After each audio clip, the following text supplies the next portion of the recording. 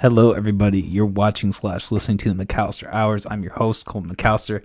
We're joined today by local producer, instrumental hip-hop artist, K1ng Supr3m3 in the studio. How you doing today, man? What's up? I'm cool. I'm doing good. I'm doing well. Doing all right. Can't complain right now. You ran some traffic or not traffic, construction today. We were just bitching about that. Yeah, between Davenport and here, like it was cool for a minute, and then we just hit like I don't know, a huge just chunk of just construction, which is like I said, normal every part of the warm part of the year. It's just always there, it never stops. Do you think they need to start building the road out from something else, like a I don't know? Is there something more durable, like a steel? Do we need steel roads now? Steel roads.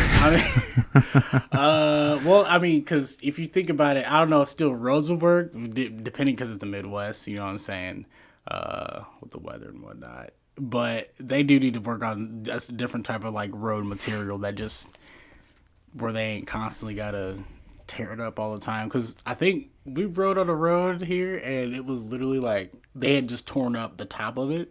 Oh, so it was all like just that scraped. We were trying to listen to music on the way here, and it just wasn't going. It wasn't going at all. God, that would be a shit job to do the construction out there. I mean, they get paid well, but I mean, there's a fucking reason for that. You know what? Probably here because it's like farm. You know what I mean? But I feel like if you did construction somewhere where like the scenery is just like it's breathtaking and you didn't have to like worry about. You know what I mean? That's true. You're not just looking at dirt and corn road. Corn the whole crazy time. amount of traffic. Like I'm not gonna lie, I would love to do construction on a new road like somewhere like in a valley in California where it's just hella scenic. You know what I mean? And it's not crazy like. It's probably not going to be like as busy, but I feel like that'd be dope. Yeah, there's definitely something to that work that I don't think everyone could do, and I'm definitely I don't know. I'll still pass on it though. I'll still pass on it regardless. Yeah, like call me a bitch or whatever, but I'm not cut out for that work. Yeah. So what are some of your beginnings? Where did you come up with the name K1ng Supr3m? How'd that all start? Well, there's a few things that came about and how I came to that name, and one of them was the original name that I had was Black Magic King Moses. And that was how I started out when I started just making beats back in like 2012. I made the transition from kind of just playing guitar in bands and stuff like that, trying to write that music, and I was like, I really just want to make beats. I think I have so many ideas. So I did that. Then the second instance was I was having a talk with my homie Gibbs, and we were all like playing basketball. It was me, Gibbs, Antoine, and Xavier, who goes by Max Fresco. And we used to play basketball out. And every now and again, like, it'd be like a late night drive, and we'd be talking like music and stuff like that. And then one day, me and Gibbs just had like a heart to heart. He was just like, man, he's like, you're a very humble guy. He's like, but he's like, if you want to be, you want to be the man, like you want to be the one who makes the better beats out here. He's like, you got to start acting like it.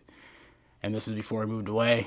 And I kind of sat on that for a minute because I told him, I was like, I explained, I was like, I don't want to be, a cocky person. It's not my demeanor, but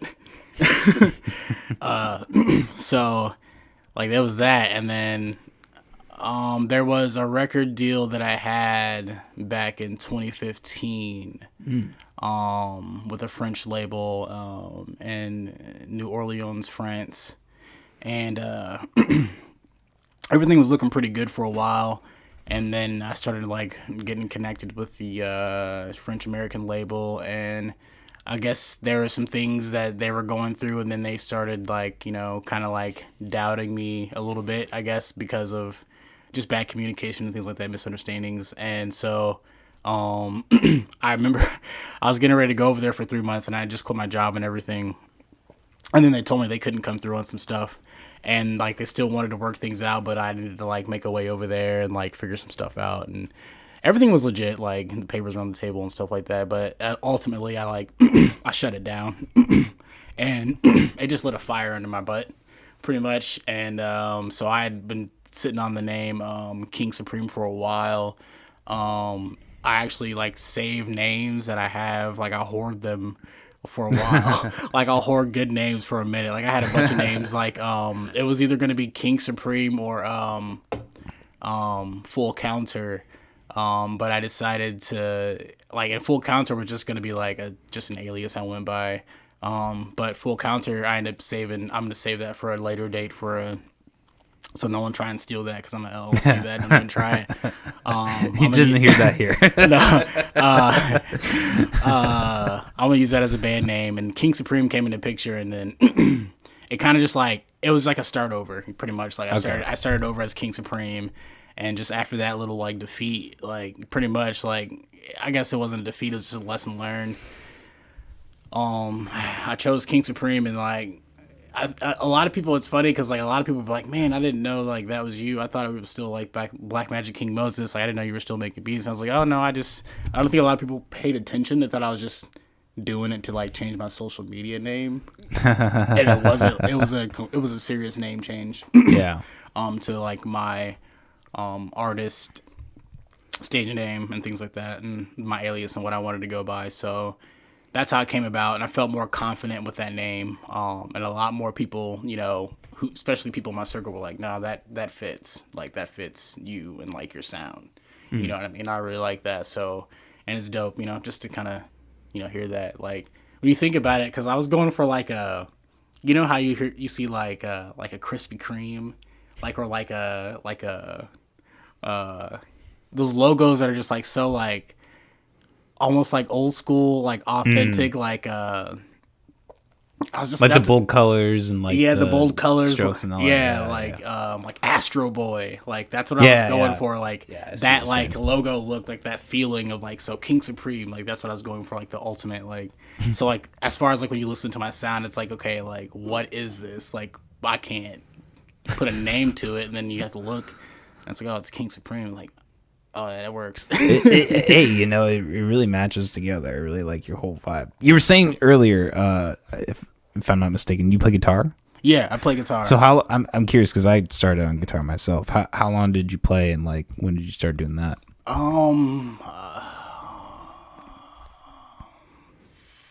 Fifth grade is when I started looking at a guitar. Sixth grade is when like I finally got the courage to ask my cousin if I could have her acoustic that she had sitting in her house since I was like 7.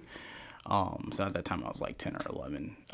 So right going into junior high school, I started like messing around on the guitar. I didn't know what I was doing though. I didn't know anything about tuning or any of that stuff, and we didn't have like internet at the time, so I couldn't get on the internet and be like tabs, blah blah blah, whatever. But as I got through junior high and like made friends, I had friends who like end up starting bands and stuff like that, and like end up like giving me or gifting me like guitars, or like selling me their old guitars pretty cheap. And I was able to like at one point get a hold of some internet eventually, like as 14, 15. I started like downloading tabs. Yeah, I remember the tabs. My friends started like showing me tabs, like here's how you do tabs or whatever. And then once I like got good enough to play like cover songs or like bands that I was into, I started doing like little cover bands, or trying to anyway, and just playing whatever I could, notes. And then I finally started learning certain chords and notes. I'm not gonna lie though, I feel more confident like I can't read music, but I feel a lot better when I taught myself like scales. So in playing, so I don't know how to read music, but I can play scales, like different scales on the guitar, and it's helped me like transverse into playing like keys and things like that. And kind of like now my ear is trained to play with certain notes and things like that, and know what works and doesn't just by things like that, scales and stuff like that. So no, I mean, that's the beauty of music, is that it's something that you don't necessarily need to go down a certain avenue to learn it. If you really have a certain intuition or just an understanding of it, you can really do it your own way. Yeah. Then after kind of getting that, I think it was around my sophomore year, junior year of high school, I started like going to shows around Galesburg, like little hardcore shows, little scene shows. Oh. I became a little scene kid. I don't know if you've seen that picture on my Instagram that I posted. I'm not sure. It might be on there. It's still on there for sure, but there's a picture of me with like long, like scene hair. Oh. And I started like hanging around with the kids who were like living in the QC and like had bands and stuff like that. And then I started hanging with my friend John Driffle actually. He started taking me to shows out in like Aledo and then, up into, Bettendorf and Moline and stuff like that. I never got a chance to check out like Karras or anything like that before it all like when I kind of came to the Quad Cities back in 2008. So that stuff was like gone, I guess. Okay. But that's how I started like, getting into that more. And once I got into, playing in bands here in the QC, like actually legitimately playing in bands and kind of like having fun and doing it.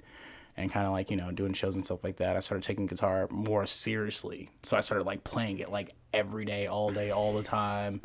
And I just couldn't put it down. And after that, it just kind of like, it was one of the things that I grew up like always being like, I want to play the guitar. Like I really want to play it. But like I never thought I would actually do it. So it's one of the things that like now I still, I always look at every day. And like I don't play it every day, but I still pick it up and, rock out and, make some riffs here and there. I've used it in some beats, but I want to use it more in my music. I haven't gotten there yet. I was gonna ask, like, I did that on one track myself, and it's a really interesting correlation to like I don't know. It was like how much, comparatively to like rock and rap. Like, how much would you say was more of an influence early? Like, would you say you had more of a rock influence earlier? Was it even? Oh no. I grew up on a wide range of music. I mean, my mom listened to Michael Jackson, and then she'd like listen to Ice Cube. She'd listen to Prince, and then she'd listen to Erykah Badu. She'd listen to like Jamaican dub, and then turn around and listen to Dixie Chicks. You know what I mean? Mm-hmm. So like I grew up on a very wide range of music, just my mom, and then you have my grandparents who were, they went to church, so gospel, and then I had a grandma who'd listen to like really like I call it dirty blues, so like backwater blues. Like that southern, really southern blues, like dirty stuff, like dirty blues, like where they're telling stories about things like I probably shouldn't have been listening to. Stuff like that. Jazz. My mom was really, really heavy into jazz and stuff like that, and R&B, and like she listened to like she kept a lot of like stuff that she grew up listening to, so like some 80s early 90s stuff like Mint Condition and things like that, you know what I mean, just like crazy stuff. Like, so I grew up on like I had a lot of influence growing up, and that was before I got into to rock. And then when I started making friends, because I was a little different. I was already into skateboarding and stuff like that. I had friends who showed me bands like Blink-182 and Limp Bizkit and Korn and stuff like that.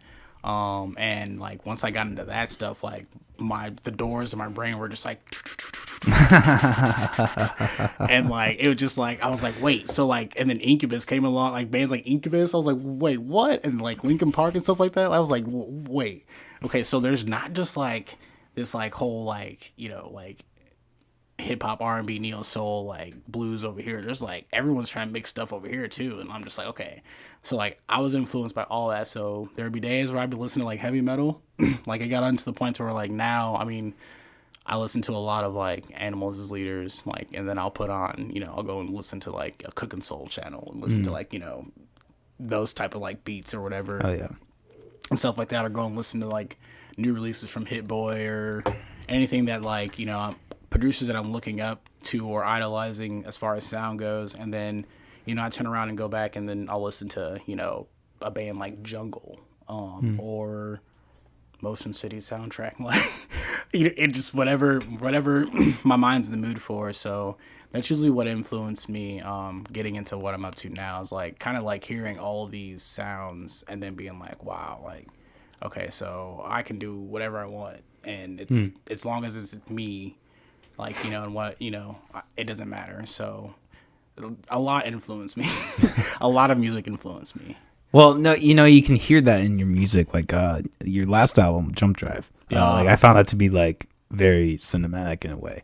Like I can definitely tell that like it because I imagine they use a lot of sampling in your music. That's at least what it sounds like. Yeah, sample based. Yeah. So I can imagine like, having all those musical influences in your life. Like I'm sure that played a huge role into like you being able to pick out sounds or, what kind of DAW do you use, and like what's your process for like putting together beats? I use Cubase, advanced music software. I don't know a lot of people who use that unless you go on YouTube. Yeah, I've never heard of that. Unless you go on YouTube. I do know, I have a couple of homies who do, like, homies who know me. They know what I use, and they've messed around with it themselves. And, they still prefer their, go-to. And I like other DAWs, but it's just like I really love Cubase because it was like out of all the ones that I got into, I used the one that was like the professionals were using back when it was like standard, I guess, and everything was just sounding so real at the time. I couldn't find, like, the VST presets were like, oh, this sounds like real. This sounds like real drums. This sounds like real. I'm like, okay, this is cool. Like, I can mess with this. So that's what I use. And then, like you said, you like the cinematic, that's my general, structure to build off of.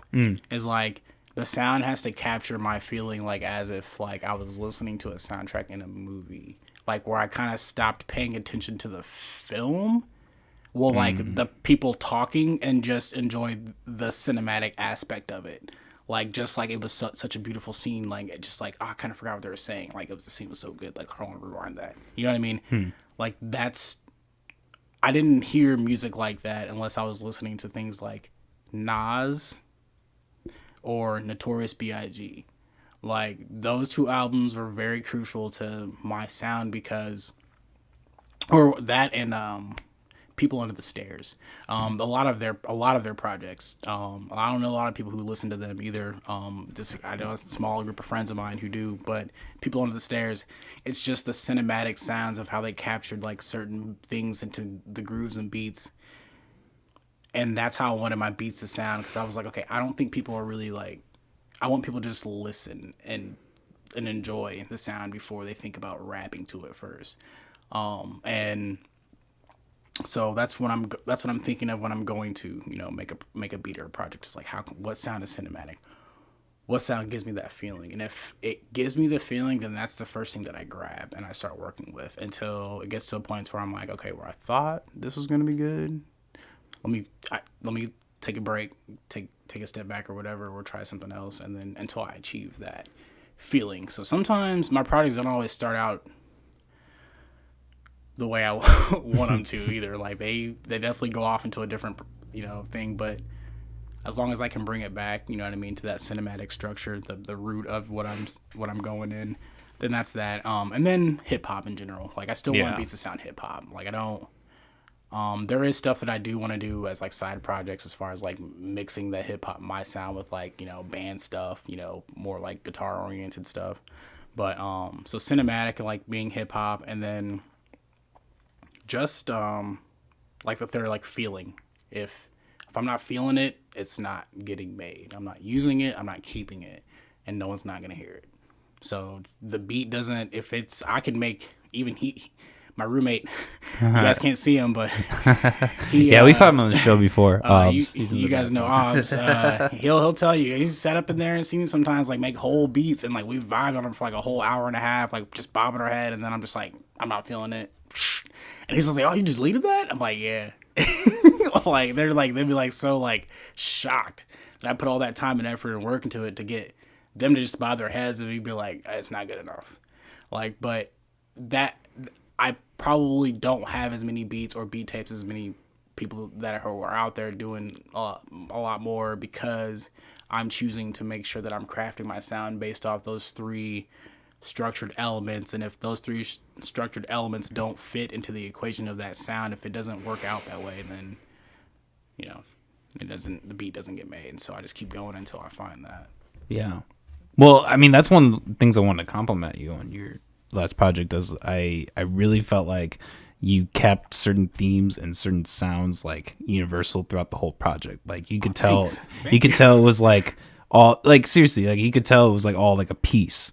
Like it's kind of like what we were talking about before the the show. Like there are people who put out singles, there are people who throw together a playlist, and there are people who make albums. I feel like what you do is like making an album. So. That's generally because I'm not trying to just be a music producer or a DJ. Like I'm trying to be a super producer at that point. So I want to make sure that I have projects people can listen all the way straight through. Like, I want him to produce a whole album for me.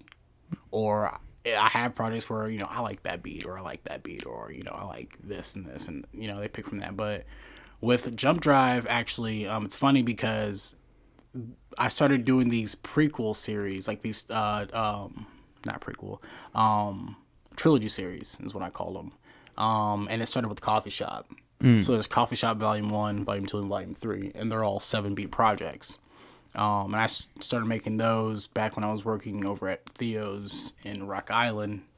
And then there was spaceship music.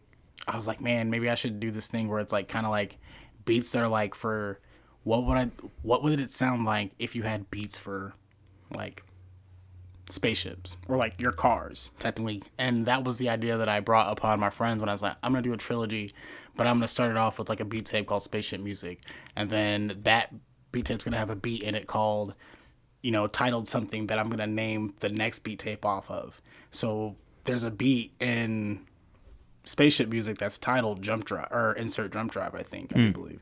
And then I took that concept of that sound and then made another beat tape called Jump Drive. And so they're all concept project beat tapes technically that are trilogies. And the final one that I'm going to release of this of the third installment is going to be called The Prestige, which is based off of not entirely off of a movie, but themed kind of off the movie The Prestige, because in the movie you hear you have to you take something away, you have to bring it back. Your third, the third part of it, the prestige of your trick. You know what I mean? Like that's what captures everyone. So that project I had actually been working on for 2 years before I came up with the concept of adding it to the trilogy. So the concept part of like Jump Drive and all that stuff came from, I was like, no one's putting out concept beat tapes, but like they are, but they're not. They're like basing them off of like a certain sound, like funk or vaporwave or something like that. I wanted to give people just a cinematic beat tape that they could just play beat by beat all the way through and kind of get different things from it, and not just like, oh, this is just like something to, I don't know, like, you know what I mean, like just something. It's just I wanted it to be something different. So with Jump Drive, like I really wanted to make sure that I captured that, and I was just relaying this message to one of my friends, my homie. I was telling her, I was like, I don't think people are catching on to like the beats within each beat tape, and then like how I'm coming in and titling a beat tape from that last one, and then making a concept of it. So I think with the Prestige, I think some people, well, I guess they're gonna catch on now hearing this. So with that, Jump Drive is going into the Prestige. I think some people are gonna finally catch on to like what I'm doing with that. Like that makes me feel really good that you caught on to like the whole. You listened to it and you're like, wow, okay, yeah. like, I could tell there were like actual like samples and sounds that like you would use in the beginning. I was like, oh, he came back and used that back again. Yeah, that it's crazy. Like people just listen to my stuff, but they're my tight circle. They listen and they're like, dude, you do this and do this, and then like it feels good to hear someone else outside of my normal circle be like, dude, I totally paid attention to what you were doing there. Like, and that is so cool. Like, cause I'm just like, man, I wonder like what people think about, you know what I mean? Outside of your normal. Did you ever listen to like Pink Floyd and stuff? Oh, dude. That was like a huge part of me growing up. So like, I definitely felt that element in music. Man. Like the wall was like probably the first thing I ever listened to by that. I was just like, holy shit. Yeah. So I was, my roommate, and I give him credit to a lot of stuff that I opened my mind up to. Justin Means, actually, he opened me up to things like the Shins and just stuff like that. But him and John Hughes had this Pink Floyd DVD, and you talking about like the John Hughes, like the director? No, John Hughes. Just Jesus. That was a different John. Sorry. No, my bad. This is a local John Hughes. Just a normal. I don't even know. I actually don't know where this John Hughes is anymore. I hope he's all right. I hope he's doing all right. But they used to watch this Pink Floyd DVD live. Dude, Live Aid or whatever. Dude, yeah, and like no, it was a Pink Floyd like a recorded concert. And they had a huge giant like pig and stuff. Like I don't know, it was weird. It was I don't know if you've seen it. I think it was Pink Floyd The Wall Live. Yeah. They had a DVD of that. That was notorious for like because they constructed the wall during the thing and then they knocked it over at the end. Yeah. So, they would show me the Pink Floyd DVD, and I was like, especially because I was transitioning into doing both at the time, making beats and doing the band stuff. This was like in 2010 when I was introduced to Pink Floyd, and I've heard about them beforehand, but because I knew a lot of bands that I was listening to in junior high were influenced by them, so I always heard Pink Floyd, but I never like got them in my library. And they showed me Pink Floyd, and I was just like blown away. I was like, it's a sin. It's a sin to create this type of music like that they did at their time period, and then get away with it. Like it was, because a lot of people think I just like, they probably think I just listen to hip hop or whatever. And hopefully this interview, clears our mind about that. I listen to everything except for polka, unless it's like playing in the station, unless it's playing somewhere that I can't change it. But I listen to everything. Pink Floyd was one of those bands that changed. They opened a bunch of doors. Like doors just opened in my mind. I'm like, wow, like this is so good. Like this is really good. It was almost like one of those things where it's like I wasn't a huge fan of Prince, even though my mom was. But then when I listened to the Purple Rain soundtrack, I was like, what? Like, how could he make such good music? And then how could I be so dumb? Like Prince is one of the greatest musicians of all time. Yeah. So yeah, no, Pink Floyd was they're definitely influence on my sound too. Actually, definitely guitar playing. Hell yeah. Gilmour was the shit. He like revolutionized the game for a lot of shit. Yeah, I definitely like the way they just got trippy with some things in a different way. Like I just liked it better more than I liked the other trippy stuff that people were trying to show me. So yeah, they were so ahead of their time. Yeah, like they're just how they constructed the album and like their narratives and like I mean they weren't the first people to do concept albums, but they were probably they're the reason psychedelic rock is a thing. Yeah. I definitely think them. Jimi Hendrix are two, like, as far as like psychedelic, like when I listen to psychedelic rock or think about psychedelic, I put them too. But I'm not gonna lie, personally, so that might make a lot of people mad. So how could you only say those two? Like, I haven't listened to a lot of huge psychedelic rock. So okay, those are the only two major psychedelic people that I listen to as far as that goes. So bear with me on that. That's still a genre that I'm getting into. I feel like a lot of it is like you have to be on acid to like enjoy it because it's just like it's like just so slow and like you just can't stand it. I don't know. It reminds me of because there was a band that someone introduced me to called Sleep. They're like stoner metal. So like it's like psychedelic stoner metal. It was really good. I like it a lot. To me, I feel like because my brain is already so wired differently, I didn't need to. What everyone else, I guess, felt like they needed to be on it to experience before they experience it, I didn't need to be on, or I don't need to be on. For me, I feel like because I've always got music going on up there, like being on something just, I guess hearing that sound, or being on acid to listen to Pink Floyd. Like I never thought about it actually. That's something that I actually never done. I still haven't done it. I haven't been on acid and like listened to Pink Floyd. Oh God. Or shroomed. The first time I ever took acid, I listened to Pink Floyd. Oh, The Dark Side. That album is like based on an acid trip. Like they wrote that whole thing around that. That's concept. a really good album. Dude, okay, so maybe I might have to. I don't know if I could handle the Wall movie on acid though, because there's some fucking crazy shit. Flowers fucking each other, and yeah, but I don't know if I could do that. At the same time, like it is crazy. At the same time, both those albums are very they're very good. Like I love both those albums. I was really I got really high when I listened to a lot of those projects. I was already like really high. So I wasn't thinking about doing shrooms or anything. They're just like, oh, I'm like, what are you listening to? Like, oh, it's really good. Like, oh, Pink Floyd or whatever it would be.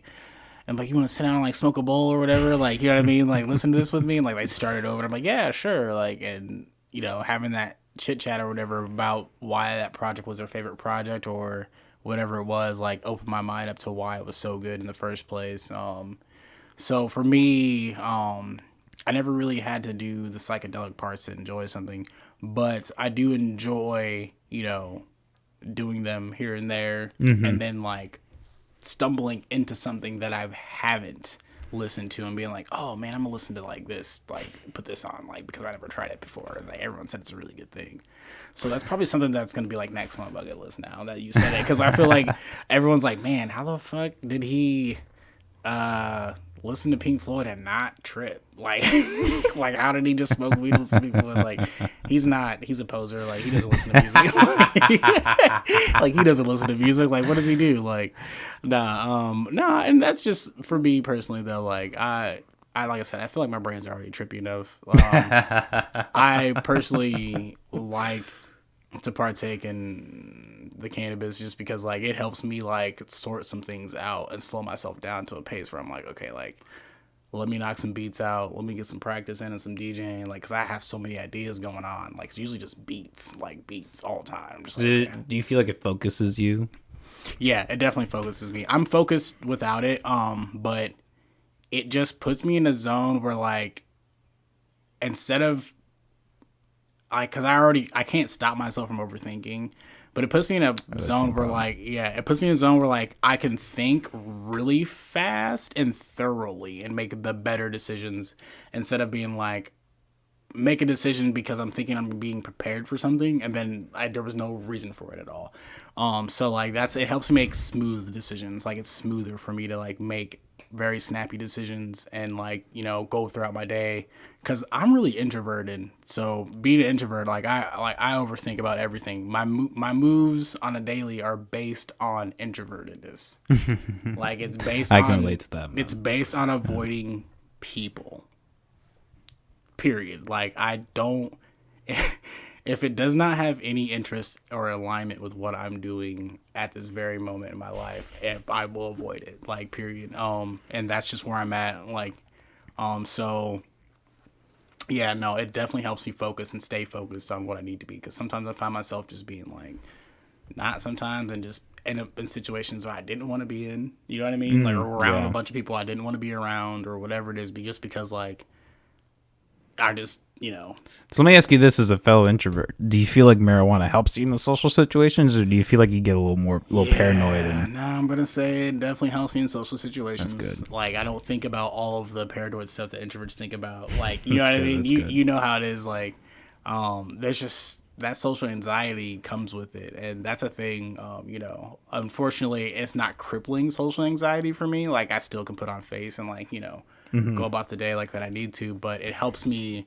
be more of who I am instead of being like such a like, oh, like I don't like I'm sweating, like you know what I mean, like it's cool, like it's for me, like it helps me be chill, like it helps me be like if someone's like, hey, you want to go do something, and like I'm high, I'm usually gonna be more like, you know what, yeah, like well, that's gonna be a cool thing, like that's cool, like I need some of that social interaction as opposed to me being like an introvert being like, people, what? No, I'm going home. Like, I'm sorry. And then later I'll be like, you know what? I could have used that exposure and that interaction with people, and now I regret it. Overthinking, you know what I mean? Like, Yeah.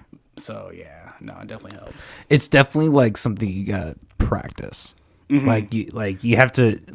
I feel like there's such a narrative sometimes for people who are introverted to be like, oh, like that's okay, that's you, like stay at home, and that's not bad by any means, but no. I do think people should also be encouraged to like push yourself a little bit. Yeah, no. Hey, go out and do that thing that you are gonna have anxiety at, but do it because you're gonna do it. Yeah, do it because you're gonna do it. It's funny because like us introverts are always like, I wish people would stay home and be quiet more. Like you know what I mean? But like introverts are like, or extroverts are like, man, y'all should just go out and you need to talk and like blah blah blah. And we're just like, why don't you just mind your own business? Like I'm fine, I'm comfortable, but at the same time, like when you're in a profession, you know what I mean, doing something that involves being a DJ or a music producer, I can still be an introverted music producer, but at the end of the day, like I'm not gonna get anything done or anything out there if I just sit at home and make beats and post to the internet all day. Like eventually I have to go out there and let people know, hey, I do things, and like I'm a friendly person. I know I come off as an introvert. especially with my personality trait. I register as INTJ, which is like a rare introvert personality trait. We're just looked at as the devil, but we're not. We're just very logical people. We use logic for everything and common sense. It's not a bad thing. People should try it sometimes. It's all right. But like it, I feel like with that, like I said, it's knowing to balance. Like I have a manager, you know what I mean, who's definitely helped with that. I have a roommate who's helped with that. People who have been in my circle, I'm like, okay, we understand you're an introvert, but you can get your ass out here and you're gonna you're gonna put in work. We're giving you opportunities. You're not gonna like sit on them. Like, so I have people in my circle who definitely know that I'm introverted, but definitely know when I need that exposure and I need to be out there working. So I've learned to balance that because of them. So I have to thank them for that. So everybody in my circle, thank y'all. That's good that you have a base.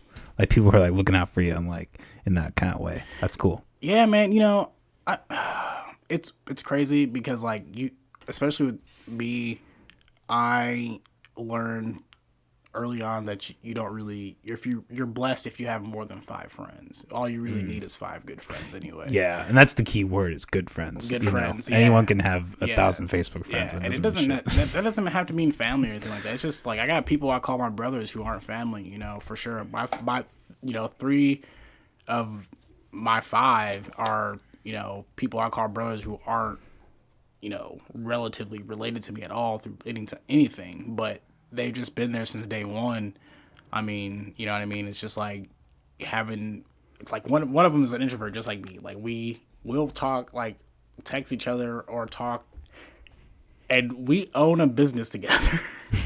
And we will talk like every 3 months. But it's like we both are on that same level of like, I understand, like, you know what I mean? Mutual like, respect. Yeah, mutual respect. I mean, like, and then, like, me and Aubrey, like, we live together, like, as roommates. I mean, he's introverted, too. Like, we don't have to feel the need to always be communicating with each other all the time, like, talking all the time. Like, we got time where we just want to hang out and be ourselves. So, yeah, like, it's, Yeah, I get that. Going back to talking about acid, I don't know how much you want to talk about this, but, like, I feel like acid really helped me with that aspect of my life. I feel like after I haven't taken in like probably more than you're not really plan to anytime soon, but like I feel like around that point I really started to develop a lot like more social skills and like get a little more comfortable. I feel like those experiences really helped me in that regard. Yeah, no, my first trip was at summer camp, and I was in the middle of a crowd of 30,000 people that looked like an ocean. Like I was tripping, like good. Like it was a good trip. Like Pretty Lights he was going in his set, like, and I was just this tiny little person, and I was in the ocean. Everything around me was like peaking waves, and like it was dope. After that experience, like I said, that was a door opening experience for me, and I definitely became more of a social person after that, for sure. It definitely helped me.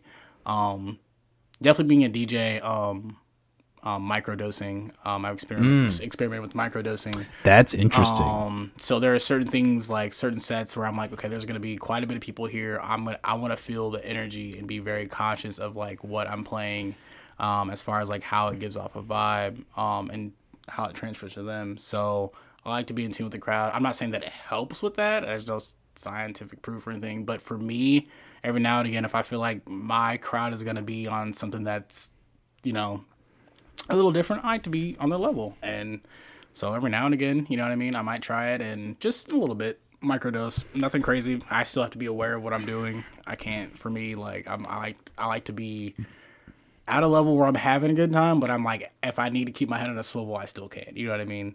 So, yeah, it's definitely helped me become more social and talk to people and let more people invade my personal space, as far as that goes and stuff like that. So when you say microdosing, like, are you using droplets?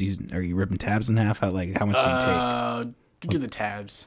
So like what? So what's a microdose then? So for the tab, instead of doing like a whole tab, like the whole. So you just do half or fourth or?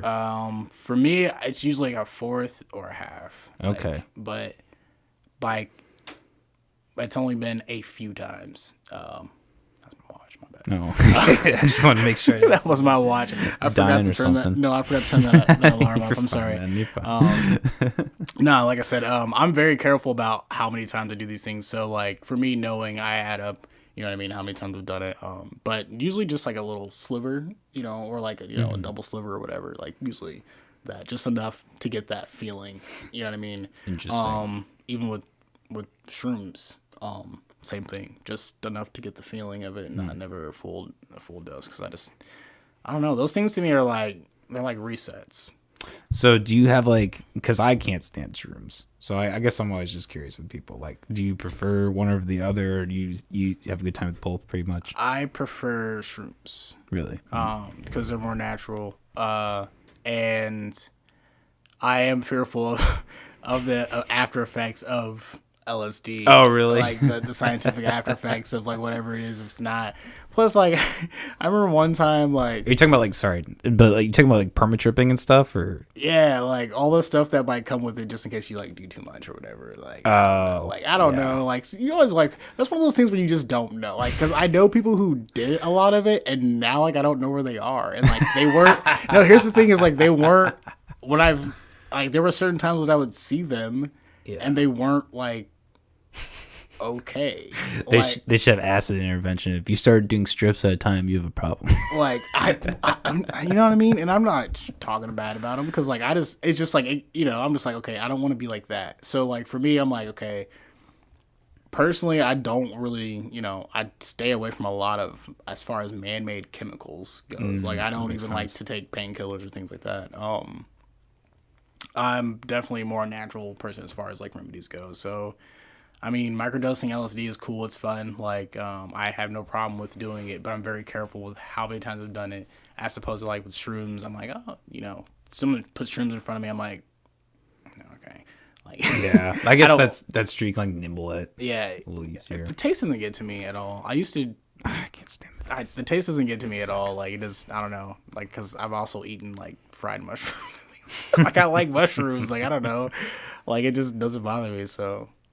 I don't know. It's I guess a lot of people who are like, I don't like the taste. I can't eat. I'm like, you know, these people are like, oh no, bro, just put it on a peanut butter sandwich. You know what I'm saying? That's what I did when I took it for the first time. Oh, still didn't do you any justice? Well, I mean, okay, so the couple times I have taken it, I've just always had nightmarish experiences.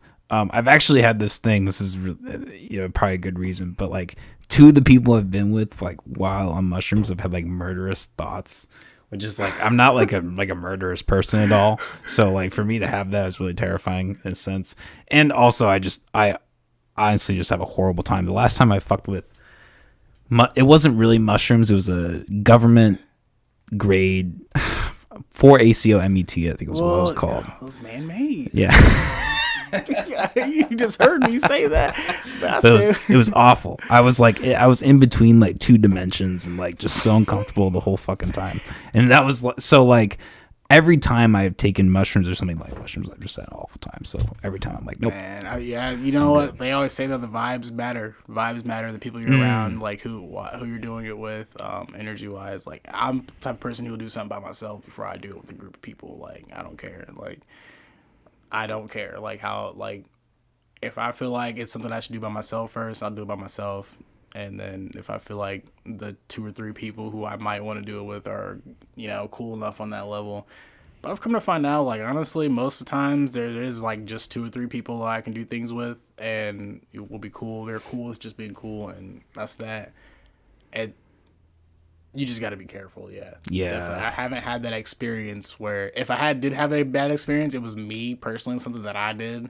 Like, the last time I did do shrooms, I did a full dose, and I drank some coffee. I didn't eat anything that morning. Like I don't know what I was thinking, and I drank some coffee on top of that, and so like so when my body started to digest everything, like I went to the bathroom, the whole bathroom twisted, like was like a whole like spiral, like everything went like whoosh. And, like, I was sweating profusely. Like, that day was just nuts. Like, it wasn't, like, bad. Like, I was tripping bad. But it was, like, I hadn't experienced that level of a trip. And so, like, I walked to the local convenience store up the street to get something to drink to, like, start, like, washing my. I was like, okay. I was like, this is intense. I was like, I need to slow down. Like, it was just like it was. I told my roommate exactly what it was. I was like, it was a ratchet circus, and like I'd explained to him what I saw and how everything was, and like it wasn't crazy by any means. It's just like everything was happening at once. Like it was just a bunch of crazy kids riding their street across a bike, and then there was just like people like their cars are parked and they're doing like illegitimate things in the parking lot of the establishment. There's a prestigious tattoo shop across the street, like. And then, like, you might as well just put it, like, a burning in the background, like, buildings burning in the background. It just looked like it was just an insane scene to me. And I knew it was because, like, everything was heightened, and I was just, like, tripping balls, like. But I was like, I came back, I was like, dude, bro, like, I have to explain this to you. This is the only person who's gonna understand right now because you know what I'm on. And, like, I sat down, I was like, bro, I just seen, like, the most craziest stuff. Like, I just put it all together for him, but he's like, no. He's like, that totally, like, makes sense, like. He went outside and walked up there, and like he was like, "Yeah, nah, it does look kind of ghetto up there." Like, but like that was like the last time I did it, and like that was an intense trip for me, and it was an eye opening trip, is what it was. So like I said, it wasn't a bad one. It was just eye opening, as to what, because for me, at the end of it, after I thought about all of it, the trip that I was having. It was from me being from the outside looking in, because I used to like live in those conditions as a kid. So like It was just crazy for me to see like all of that when I'm like I never paid attention to it like that because I was always like in it. Like I try to be out of it, you know what I mean, not of it or whatever. But it just seeing that like. Is what triggered it, and I was just like, man, that's crazy. Like, and when I sat down and I was like, that's what it is. I was like, I finally got to see what it's like to be on the outside and like see what the other people are looking at, like, or what people who get out get to see. You know what I mean? So, yeah, that was the last time I did shrooms. So interesting. Yeah. that kind of reminds me of a time I took acid. Not to tangent really quick. No, go ahead. Or to tangent really quick. I lived in this small town, South Dakota. It's really shitty small town. And we took acid like a couple days after this like huge flood in the town, and so it was really weird how the town was set up. Like there's the main road, and then there was like the shitty low class part of town, and then it was like the high. Like there was such a social economic divide in that town. It was crazy. And there was a park toward the shitty side of town that we were like me and my ex-wife's brother, so my former brother-in-law. We were both tripping, trying to find the park. And we were just like tripping balls. Like, where's the park? Where's the park? And he's like, I don't think is that the park? And then like we looked over and it was just like this yard with like a swing set, and there was just all this trash from the flood that just receded, like, and it was just like the shittiest thing. And then we just both burst out laughing. Like, fuck, I don't think that's the park. I don't know. Man. I guess connecting to like what you were saying, like, you know, like only someone on acid can like understand those moments, like that you would. The experience of like it opening what you were like seeing for that time, like only someone who was like there could like on it could understand. No, I definitely feel you with that. Yeah, like your perspective, like, you know, comes in time a certain way, and like it, you know, it has some comedic or some other kind of effect. Exactly. Yeah, you're just like, wait, like it's funny as fuck, but like I need to sit down and like process this, because that was like, because I was like, dude, like this literally at that point though when it happened, like for me, like I was already coming down off of it, like, so it wasn't super strong. Oh, okay. It was just like one of those moments where I just like my body. I was the inverse. I was it was just like my body was just like, dude, like you're still on it, like, but just know what you're about to see. Like you're gonna see from a perspective that you never really grasped it from, like, and that's what really changed. Like I was like, man, like I think that's the trip that I needed, and since then personally, I haven't really wanted to even do, not even a microdose or like anything like that. Like I've just like been like cool, like not because I had a bad one, like, but like I said, it was just like an experience that I think I needed. And after that, my sound even like your music changed. That's tight. Well, because like I started working on Jump Drive around that time, like after Spaceship Music. So like I was just like, yeah, I need to do this. So yeah, definitely.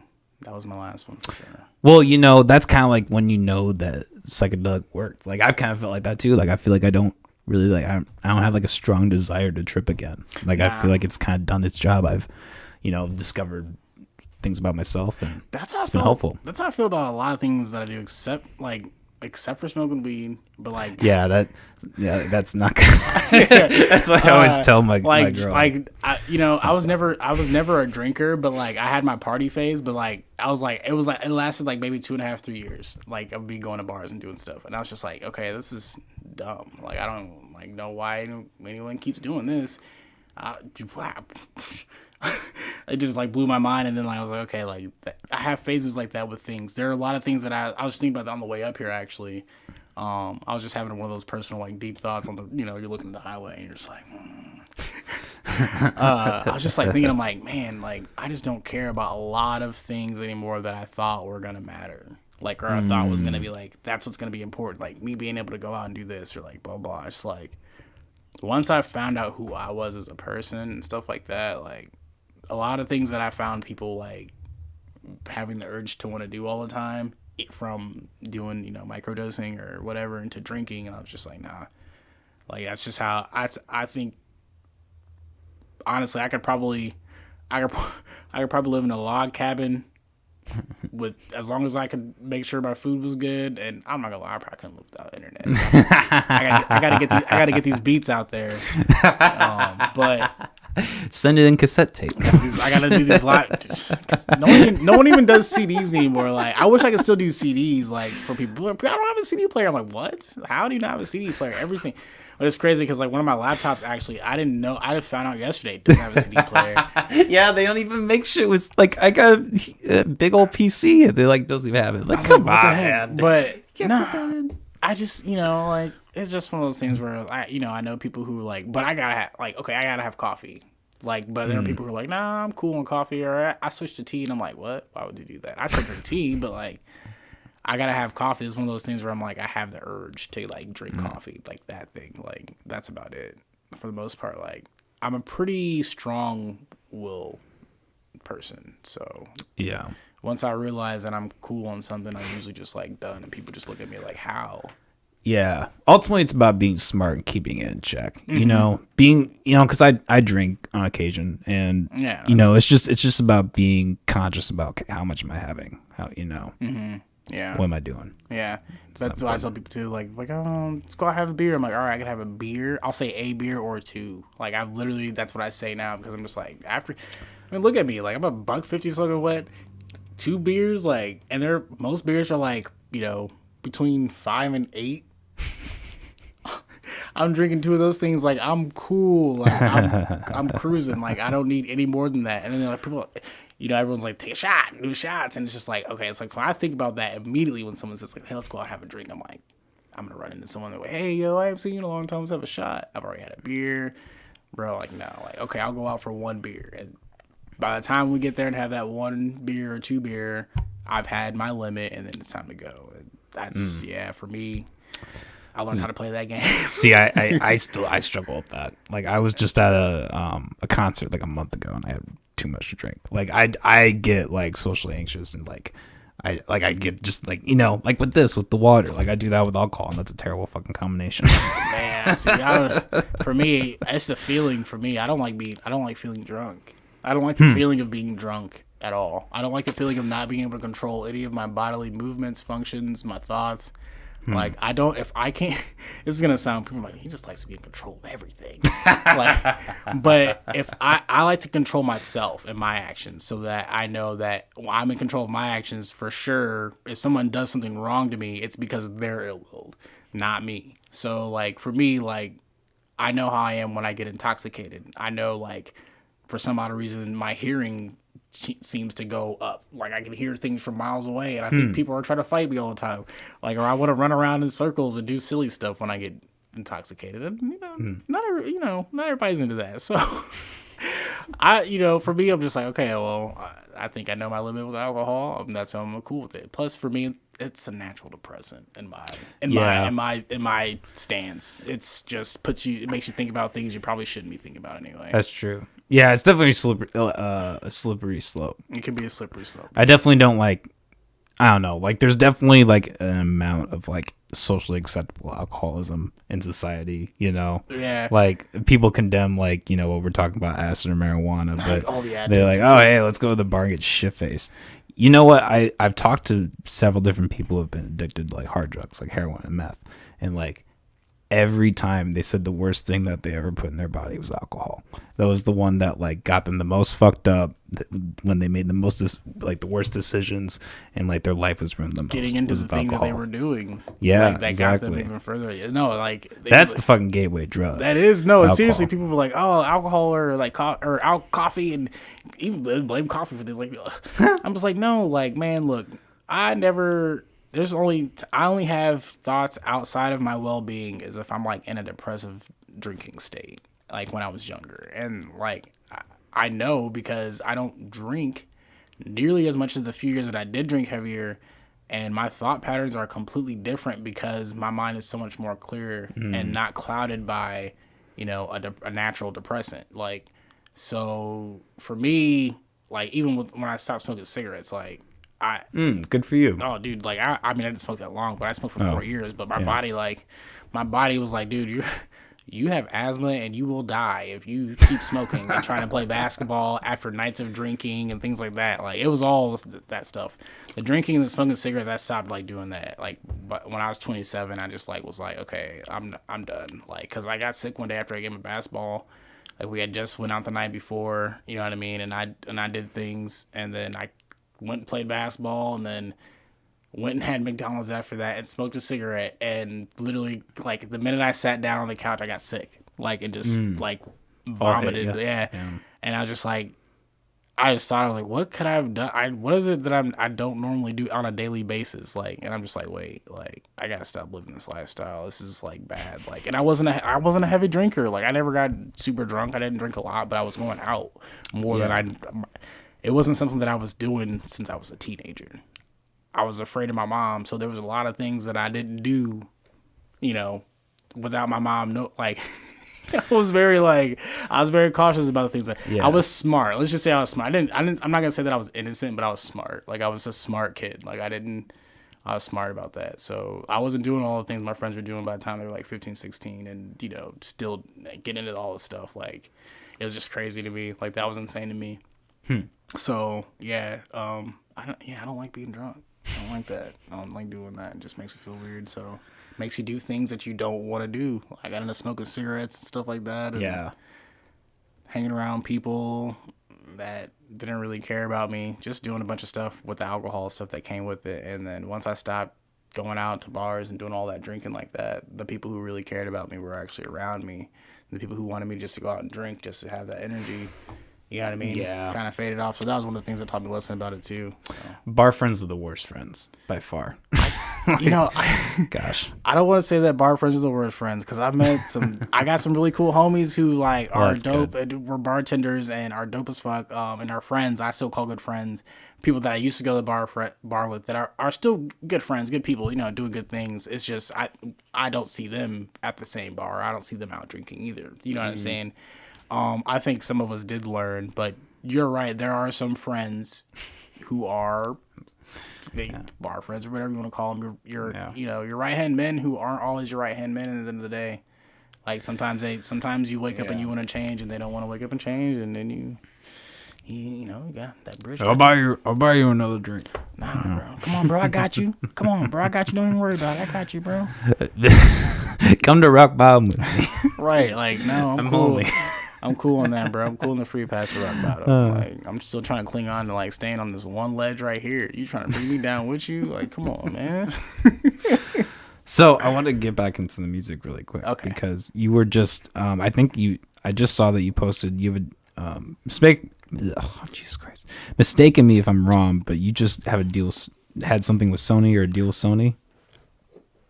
Yeah, so someone contacted me from there, and they put a proposal out, but me and my manager, and we have someone that we know who looked into the proposal, and as of right now, we're gonna leave the proposal on the table and make a business decision on what we're gonna do as far as that goes. Okay. So no, it's a good look. It's dope, like whatever. But it was, like I said, with the last record deal that I had in 2015, there comes things that you have to make sure you're legit about. Things are cool. And so as of right now, like this proposal that they threw at the table, the way it's looking, it might not be something that I want.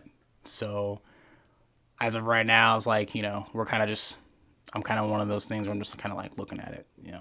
So yeah, it's like I said, it's one of those things where you're just like, it's, a lot of people who do know, if you pay attention, like, like there's a lot of people who come at you with a bunch of crazy stuff sometimes, and like you get super excited about things, and like it's a chance to like, fix financial problems or whatever it is, and you might want to jump the gun and all this stuff, but you know what I mean? Sometimes like you got to be smart and make the better decision, and not make the moves that just because you're like, oh, I might be able to do this and do that. And it's just like, well, it's not really worth what, they're, what they offer. So yeah, like why are you really doing it? Are you doing it for a payout, or are you doing it to? I mean, if that was the case, I would have went for, I would have tried anything to try and get the last deal in 2015. I'd be in France, like broke, like trying to like, you know what I mean, prove to them that like, yeah, like trying to prove to them that I was worth being an artist and a producer for them. Because the contract with them was really legit.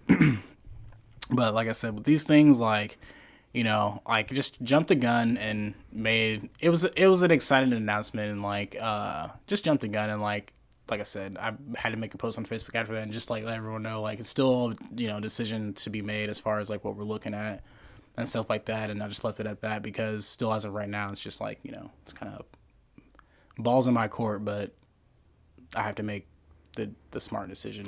Yeah. So, yeah.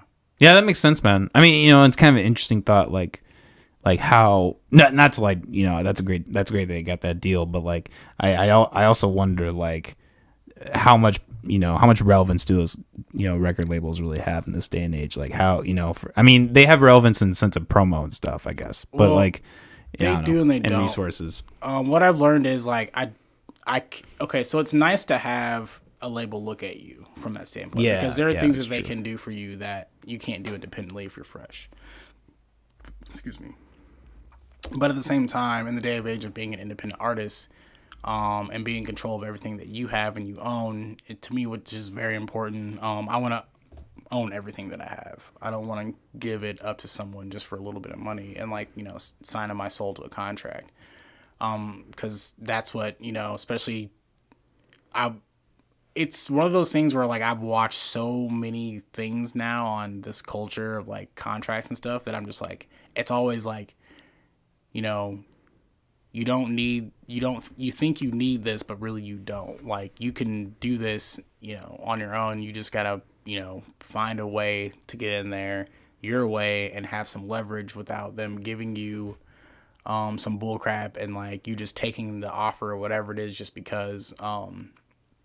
So with this day and age, they're relevant, but they're not. Like, I mean, all my music is released through DistroKid, and they're pushing to me to have things like an official YouTube artist page, things that like you get through labels. They push for stuff like that as long as you're doing numbers and stuff like that, and you're someone, you're doing your work. Like I don't know too many artists locally right now. Like in my case, like as a beat maker, I have a curated playlist by Spotify. Yeah, some A&R, I saw it. That was impressive. Yeah, someone at Spotify thought my music was good enough to create a whole playlist and like put that out there, which helps a lot because it puts you in other playlist categories for Spotify algorithms. There's a lot of reasons why they do that, especially if they if they think your music's good. So, it's to me, like I said, it's one of those things where like if things do or don't work out, it's always for me, I'm always like, I'm still the same. Like it's relevant for me to have a label because there's things they can do, and like they probably can front me a little bit of cash, and like I might be able to think, which for me, like I'm like, well, I was thinking, I was like, I would probably not take it because I've been doing fine without a lot of money. Yeah. So it's like if I can do everything myself, so it's like I have leverage to be like, okay, no, I don't want that. Like I can do all this myself. I can do this. I have friends who can do this. Like I can bring them onto my team. People that So there's a lot of things that you take into effect. Like like I said, you can build your own team up. You don't have to have a label. It's nice if you might need a label. Some artists do need labels. Some artists do need that backing of a label to put them in a spotlight, and they're able to, for that. For me, like I don't need a label. It would be nice. It's nice to have labels look at you and like want to like you want that, like it puts you in places that you can get like work with people you can't, like you only hope to. That it's harder when you're independent, but at the same time, like I think with that showing face, being looked at and staying independent says a lot for itself. Yeah. Things are moving in that direction. Things are moving differently. Yeah. For sure. Shit, man. That's all I really had for today in terms of notes. I think this might be a good place to wrap it up. Do you have anything you want to mention before we wrap it up? Get the fuck out of here? Yo, B, you see this? Wrap it up. All right, goodbye now. No, do you have anything you want to mention before we wrap it up here? Yeah, so just in case anyone was wondering, I know some people have been wondering why I've been posting some music to YouTube. I just actually released a beat tape called Power Cosmic. It's only on YouTube. Just 4 beats. They're all individually titled right now. I haven't put them in the playlist, but as of right now, it's only on YouTube. So you can go to my profile on Instagram, K1ng Supr3m3, and you can listen to that. There's a link in my bio on YouTube. Check out some other stuff. I do have like 8 beat tapes right now out on all streaming platforms, so you can check those out too. Jump Drive is my latest. I will be releasing 2 more projects in August on my birthday, which is the 20th. So be looking out for those. That's about it. Working hard, man. I like it. Dude, there's more coming. I don't want to put anything else out there because it's got people. I'm working with other people too, so yeah. I gotta can't put too much out there. As far as me goes, if anyone who knows me knows I stay in my studio. Like I'm always trying to think of how can I progress my sound, but not progress it too much to where it's no one's gonna like it, but also like what can I deliver that's gonna keep people interested. Cool. What can I give people that's gonna be able to clean their house, drive their car, study, work out, which a lot of people, that's what they do to my music. So also if anyone's looking for music that you can study or just like chill out to and not just straight up the lo-fi YouTube radio or whatever, you can go check out my stuff too, because a lot of my friends said it helps them with studying and creating. So interesting. Yeah. I just listened to that one last album. I'll have to go back and listen to more of your stuff, man. Man, just let me know. I'll go ahead and I'll send you a Google Drive link. I'll link you to some stuff. You can get access to the physical copies. Perks of the podcast, baby. Shout out what's your Instagram? You got TikTok. What's all that? Everything's King Supreme. So it's spelled go ahead. It's Instagram King Supreme. It's K1ng Supr3m3. Streaming, you have to type it in, because if you try to say King Supreme, it won't. It'll say we can't find that artist. I found out you have to say like K1ng Supr3m3 or something like that. It makes you sound like a real code. So all streaming platforms like my Instagram, Facebook, all that stuff, just pop that in there, that K1ng SU, and that usually pulls it up. Pops up pretty quick. Yeah, it pops up pretty quick. So you guys want to listen to my music, follow me. I'm trying to post more content to my Facebook page and my Instagram, like more videos and things like that, more scratch videos, because like I said, I do DJ. Like I love doing that. That's the reason why I started making beats in the first place, is to be able to like do scratches over them and stuff like that. So I'll definitely be doing more content on those social medias. Hell yeah. Looking forward to it, man. Hey, it's been a pleasure. It's been a pleasure, man. Stay tuned, everybody. Next week, we're going to have Sterling Banks on the podcast. She's a rapper from the Waterloo area, I believe. Okay, I have to check her out. Also, I'm going to shamelessly promote right now. I just put out a new EP. It's called Lost in the City. My artist name is McCreedon. I'll put the link. I think the link actually is below in the description. Everybody go check that out. I've been working with a bunch of homies in the area doing that, so it's been a fun time. Yeah, go check that out. I actually listened to it. It's really good, so Thank you, man. I'm glad people are listening and enjoying it. No, it was dope, man. Like I said, it was dope music. Like I would have told you if it was like bad. Like I would have been like, I don't like it. Like it's bad. Well, hey, no, you wouldn't have been the first person to tell me that. So. Oh man, that's what it is being a rapper, though. Hey, you put out some shit, bro. I've been there before. Trust me. But you always got to remember too, though. Your music's all like, and no one's heard, not everybody's heard your music. So always gonna be the first time Yeah. someone hears it when they're new. So Yeah. someone else might find it different. You know, it's just Exactly. I found some people coming back to listen to my stuff like, man, I've been listening to your stuff lately. I didn't know. I'm like, dude, I showed you that album like 3 years ago. Like you sat in my attic with me and listened to that, and you did not care for it, and now you're like, I love your beats. So hey, man, it happens, bro. Your music ages like a fine wine. You know, I like that. That's sexy. I might have to steal that from you. I won't take any copyright. It's serious, man. Oh, Serious. man. King Supreme, it's been a pleasure, man. Been a pleasure, man. Drive safe. Have a good night, everybody. Peace.